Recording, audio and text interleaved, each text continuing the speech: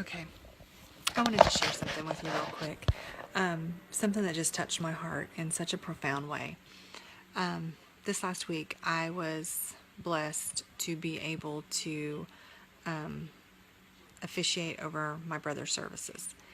And during that, my nephew told a story about my brother. And it so spoke to just who he was. He told a story of my brother loved knives. He loved knives. And so my nephew had found this big Bowie knife and he couldn't wait to go show my brother. And so when he showed it to him, my brother, in typical Tim fashion, picked up the knife and threw it. And when he chunked it, he hit a 2x4 and just stuck it right in the board, right? Well, when he did, the handle fell and broke. And so all that's left is this blade stuck in this 2x4, right? And so my nephew was like, oh, okay, guess I'll just leave that here because the knife's broken. It's not any good anymore.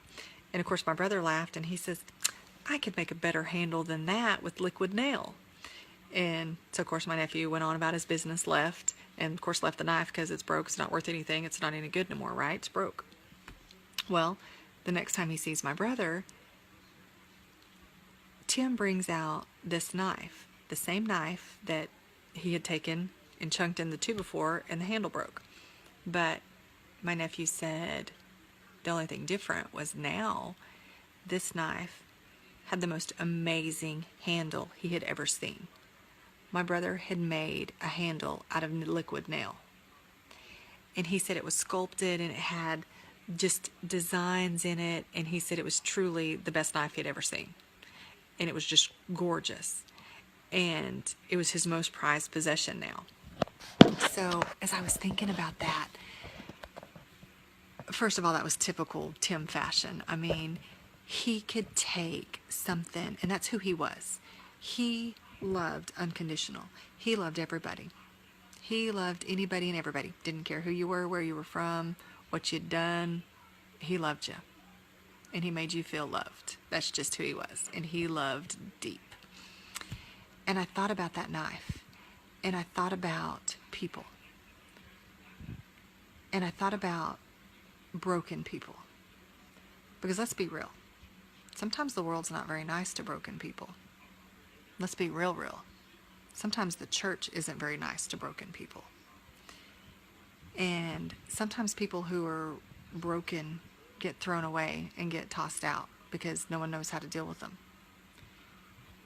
And Tim, taking something that my nephew was just, oh well, it's broken, just gonna leave it, it's no good no more. He saw something better. He saw the potential. He saw what it could be. And he didn't just leave it stuck in that piece of wood. He didn't just leave it there broken. He took it and he sculpted it. And he took liquid nail of all things, right? And made a handle. He sculpted it in such a way that he put designs in it. And he made it more beautiful than it even was originally. Is that not like God? Is that not what he does with us? He takes our brokenness. He takes our mess. He takes what the world would throw out. He takes what the church would throw out. He takes what maybe people just can't see the beauty in anymore. And he sculpts it. And he molds it. And he turns it into something so beautiful. And he loves it. And it is truly his most prized possession. We, me, you, are his most prized possession. No matter where we're at, no matter what we've done, no matter where we've been, no matter what's happened, how broken or how worthless we may feel, he takes it and molds us and sculpts us into something fantastic, something amazing, something loved. That's how he sees us. And that's how we should see ourselves. That's how we should see others. That's how we should make others feel. And I love that about my brother because that illustration was him to a T. That is how he treated people. That is how he made people feel. And he naturally was so much like Jesus. The way he loved was so much like Jesus. And of course, the fact that he's there hanging out with Jesus now, melts my heart. It really does. And so I just want to leave you with this. When you see somebody, don't judge them. No matter where they're at or what's going on with their life, love on them. Think about that blade that was left stuck in that piece of wood that had no handle and looked like it wasn't any good anymore, and how it was turned into something magnificent. And know that with a little bit of love, with a little bit of care, with a little bit of nurturing, anyone can be the same way. We all need love. We all need someone to believe in us. We all need someone to have our back. We all need someone to go that extra mile, like Tim did. He went that extra mile and painstakingly took that liquid nail, how long it took him, who even knows, and made a beautiful handle, and made something that was broken magnificent. And I just want to encourage somebody to don't give up on yourself. Let God mold you. Let Him truly be that potter and you be the clay. And let Him mold you.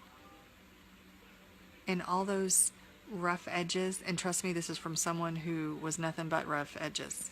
Still maybe a little. God has a way of molding us and taking hurts and wounds and anger and resentment and bitterness and unforgiveness and all these things that make us hard and cold, and turning it into something pliable and usable and beautiful. And so not only let Him do that with you, but let Him use you to do that with others. Because we are in a world right now that needs love. We are in a world right now that needs people to believe in each other. We are in a world right now that needs Jesus. And we need to be the hands and feet. So go love on somebody. Go love on them how you would want to be loved. And go make a difference.